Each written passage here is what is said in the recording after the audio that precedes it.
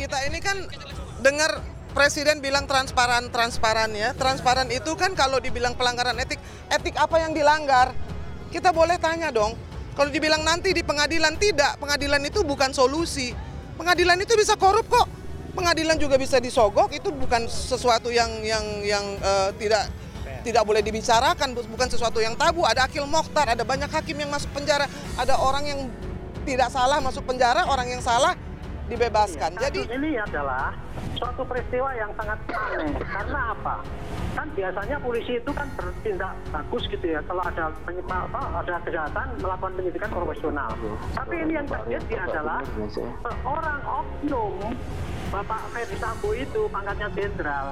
Ketika itu kalap kemudian menembak anggotanya bersama-sama dengan anggota ajudan yang lain. Sekarang ini bukan lagi polisi lawan polisi tembak-menembaknya, tapi polisi melawan mafia. Polisi melawan mafia. Iya, kalau kemarin kan kita masih bilang polisi lawan polisi di rumah polisi. Sekarang enggak.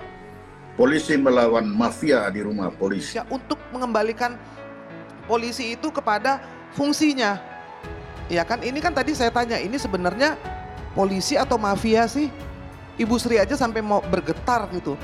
Malu kenapa ini bisa terjadi. Ini di luar kebiasaan polisi. Polisi selama ini, wah, sangat cepat sekali kalau pembunuhan. Apalagi kalau sudah ada yang namanya otopsi, wah itu sangat cepat. Tapi sekarang kok enggak. Malah kecenderungan itu tidak berbicara tentang penembakan. Tapi kecenderungannya berbicara tentang seksual. Jadi ini bukan citra ataupun cermin daripada seluruh polisi kayak gini berbuatnya gitu. Itu hanya oknum yang tadinya khilaf ya, Bapak emosi. Desak usut staf ahli Kapolri perancang kebohongan, Irma Huta Barat, geng mafia Sambo anggap rakyat seperti kera. Penasihat staf dan ahli komunikasi Kapolri diduga ikut terlibat dalam membuat skenario bohong tembak-menembak Brigadir J dan Baradae. Meski sudah mengundurkan diri dari jabatannya usai terseret dalam pusaran kasus kematian Brigadir Nofriansah Yosua Huta Barat, perbuatan Fahmi Alamsyah harus diusut. Fahmi dituding membantu Ferdi Sambo dalam rangkai skenario untuk menutupi fakta pembunuhan Brigadir J pada 8 Juli 2022 lalu. Desakan ini datang dari mantan presenter Irma Huta Barat yang belakangan kerap muncul di media massa dan medsos mengomentari kematian Brigadir Joshua. Menurut Irma, kalau benar-benar polisi tidak melakukan skenario kebohongan seperti itu, seharusnya ketika ada peristiwa, ada segitiga bukti, ada form A, kalau ada jenazah harus dilaporkan. Karena cintanya pada kepolisian, Irma mengatakan kalau sudah hancur, membangun kepercayaan akan susah. Tidak lagi bisa dengan kata-kata. Karena itu, tim Sus Polri juga harus mengusut skenario yang dikarang oleh staf ahli dari Kapolri Fahmi Alamsyah yang kini sudah mengundurkan diri. Irma menjelaskan Polri itu presisi. Kalau ada kejahatan atau kesalahan, maka 2 tingkat di atasnya harus bertanggung jawab. Irma mengatakan kejadian ini menjadi momentum bagi bangsa Indonesia untuk merebut Polri dari tangan mafia. Disinggung mengapa banyak orang terbuai dalam skenario itu, Irma mengatakan bahwa banyak yang melenceng dari tugas Polri yang ada dalam Tribrata dan Catur Prasetyo. Bahwa tugas polisi itu melayani, melindungi, mengayomi, dan menegakkan hukum. Putri Chandrawati tersangka. Sinyal dari Mabes Polri bikin panas dingin. Usai penetapan Ferdi Sambo tersangka pembunuhan Brigadir Joshua, kini bola panas menggelinding ke Putri Chandrawati. Pasalnya, istri Ferdi Sambo itu adalah salah satu orang yang berada di tempat kejadian perkara saat Brigadir Joshua dieksekusi. Selain Ferdi Sambo dan Putri Chandrawati, ada 3 orang lainnya yang berada di rumah dinas Duren 3. Ketiganya bahkan sudah ditetapkan sebagai tersangka setelah tim sus melakukan penyelidikan dan pemeriksaan. 3 orang itu yakni Baradae Eliezer, Brigadir Rizky Rizal, dan KM yang disebut-sebut sopir pribadi Putri Chandrawati. Publik pun menduga bahwa kecil kemungkinan istri Ferdi Sambo itu tak mengetahui peristiwa pencabutan nyawa Brigadir Joshua. Atas dasar itu, publik juga menilai bahwa Putri Chandrawati berpotensi jadi tersangka. Dikonfirmasi soal Putri Chandrawati berpotensi jadi tersangka, Kadif Humas Polri, Irjen Pol Dedi Prasetyo tak memberikan jawaban pasti. Hanya saja, ia memastikan bahwa saat ini penyelidikan dan pemeriksaan masih dilakukan dan terus berkembang. Dedi juga menyatakan akan menyampaikan setiap perkembangan hasil pemeriksaan dan pengusutan yang dilakukan tim sus. Sebelumnya, Kabareskrim Komjen Pol Agus Andrianto juga menyinggung soal kasus dugaan pelecehan yang dilaporkan istri Ferdi Sambo. Komjen Agus menyebut ketika pasal pembunuhan berencana diterapkan, maka dugaan pelecehan itu kecil kemungkinan terjadi. Sementara, Kapolri Jenderal Polisi Sigit Prabowo menyatakan tim sus masih akan terus memeriksa pihak-pihak terkait. Itu dilakukan untuk menguak fakta-fakta yang sebenarnya terjadi dalam penembakan Brigadir Joshua.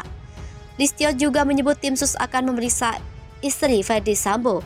Sayangnya, ia tak mengungkap pasti kapan pemeriksaan terhadap Putri Candrawati dilakukan. Apresiasi, netizen ramai-ramai minta negara bebaskan Baradae setelah berani mengungkap kebenaran kasus penembakan Brigadir J. Irjen Ferdi Sambo resmi ditetapkan menjadi tersangka kasus kematian Brigadir J. Irjen Ferdi Sambo ditetapkan menjadi tersangka setelah pengakuan terbaru dari Baradae sebagai justice kolaborator.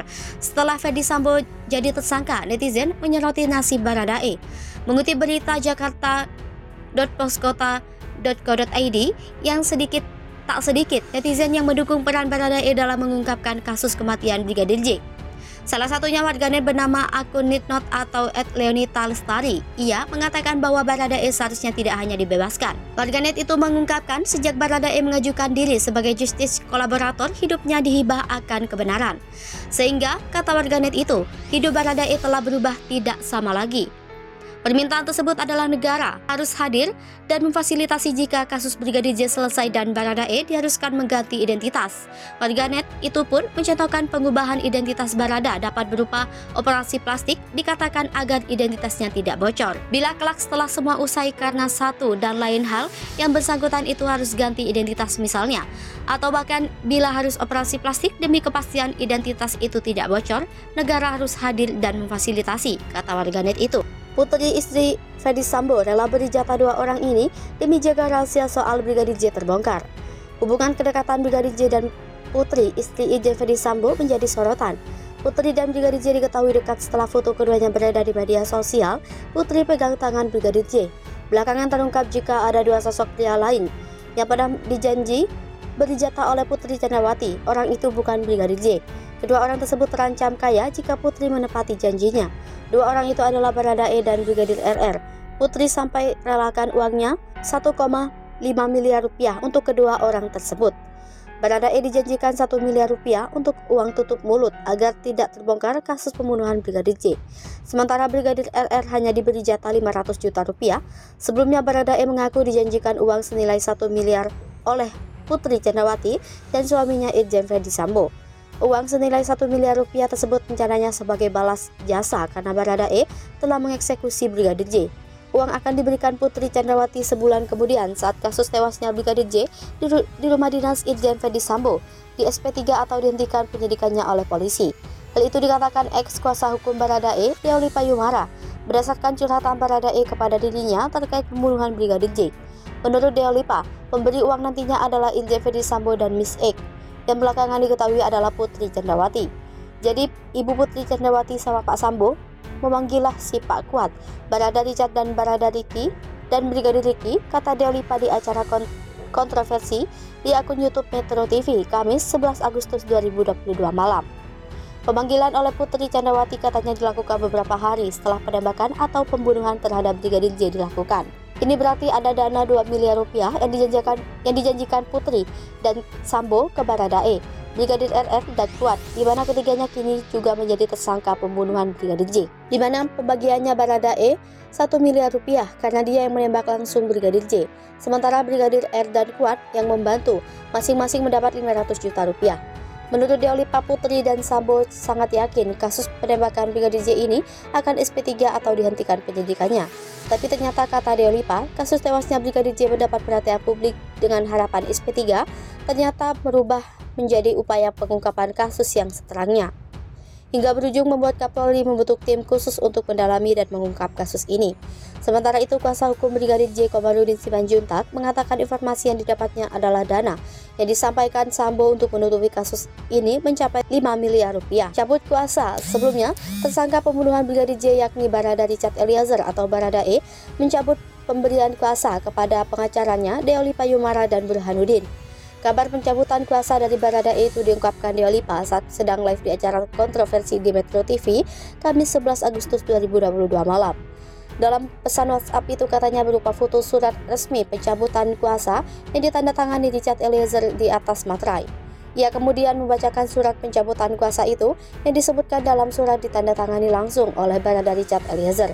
Deo Lipa menilai surat pencabutan kuasa sangat janggal, apalagi bahasa yang digunakan sangat bahasa hukum, dan ia tidak yakin pencabutan kuasa benar-benar atas kemauan Barada Eliezer. Dengan surat itu, kata Deo Lipa, maka saat ini Barada E tidak didampingi pengacara. Ketua Indonesia Police Watch Sugeng Teguh Santoso mengecam pencabutan kuasa Barada E dari pengacara Deo Lipa. Ia merasa ada intervensi penyidik yang memaksa Barada E mencabut kuasanya dari Deo Lipa dan tim. Pengacara berhak menyampaikan satu pernyataan di depan publik untuk mempertahankan prinsip-prinsip hukum yang diperlukan, kata Sugeng. Menurutnya terjadi konflik saat Kabareskrim mengkritik pengacara Barada E saat Kapolri mengumumkan Irjen Ferdy Sambo sebagai tersangka.